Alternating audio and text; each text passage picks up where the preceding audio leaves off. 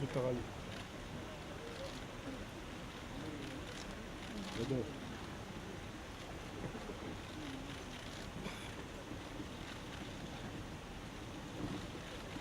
כמה שיש לך נציג שאתה מגיע נמוך? לא יודע מה. באחורה זה מודי. Thank you so very much for welcoming me. Thank you. Thank you. Very safe. No way. No way to negotiate with them or to fulfill anything that they have done. Well, it is a real great honor and pleasure to welcome you, Secretary of Defense, not only as the Secretary of our greatest ally, but also as a former general, and not only a general, a real soldier and a leader to lead soldiers, it means to lead what you called a teamwork.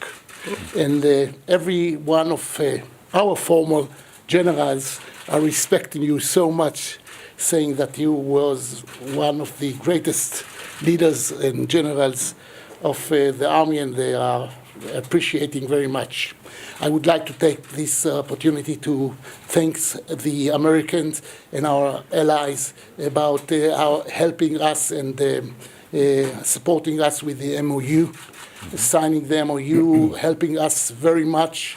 And I would like really to emphasize that carrying the burden of security that falls on our shoulders, and you know what are those burdens.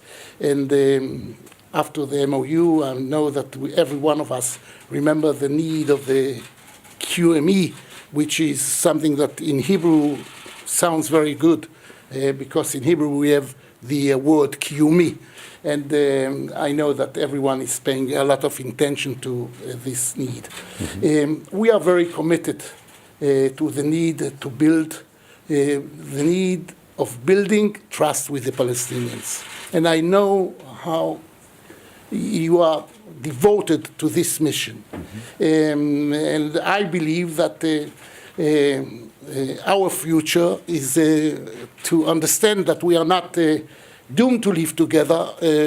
Our destiny is to live together. Nevertheless, the mistrust between the two people, make it almost impossible to find a way in order to bring to an end not only a conflict but a real tragedy.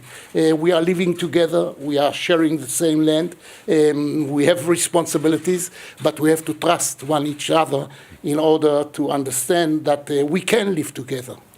Unfortunately, for the time being, we are wasting a lot, 120 years.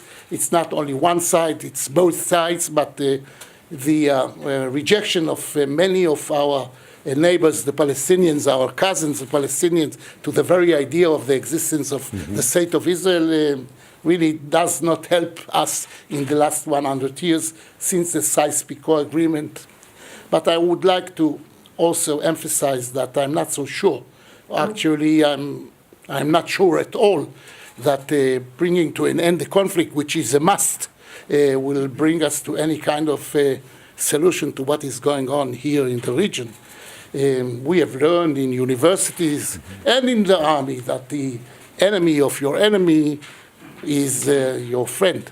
Unfortunately, not necessarily so. We find ourselves in a position that we are surrounded by more than 5 armies. Every one of them is fighting the other one. No one of them is really feeling a lot of sympathy to the state of Israel. And that goes on, and what is going on here.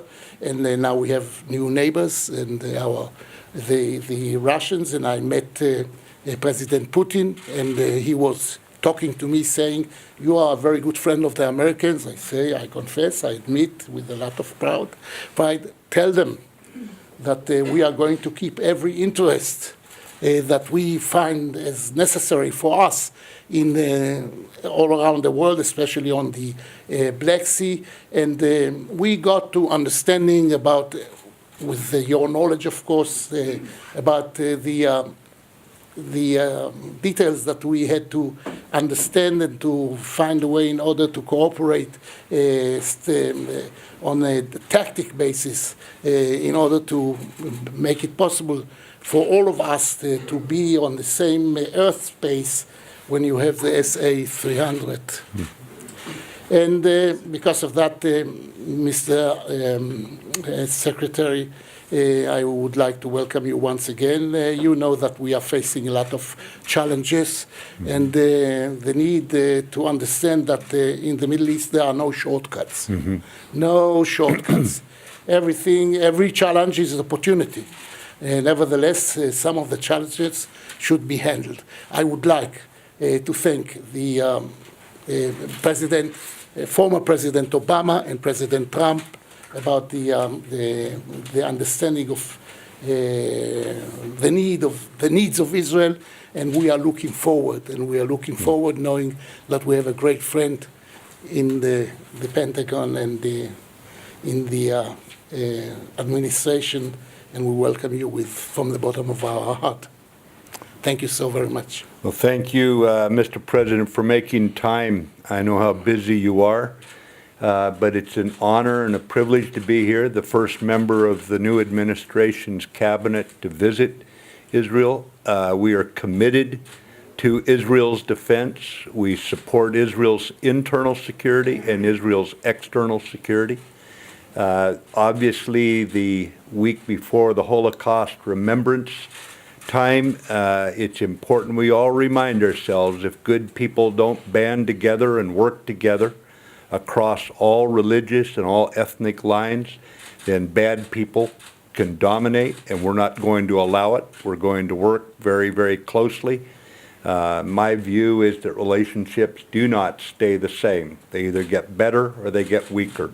And our commitment is to make these relationships stronger. The military-to-military relationship, Mr. President, has always been good, but I will just tell you that we intend to make it the strongest ever and work with all our friends in the region and elsewhere in terms of security. We have two fundamental threats here. One is from terrorism, the other is from Iran, and we cannot allow those threats to break apart the human connections between those of us who are committed to peace and prosperity and tolerance for each other.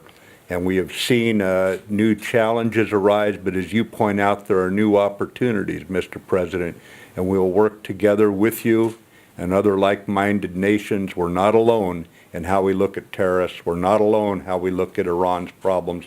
So it's time for us to all work together. But certainly the enduring relationship with Israel will be stronger every day.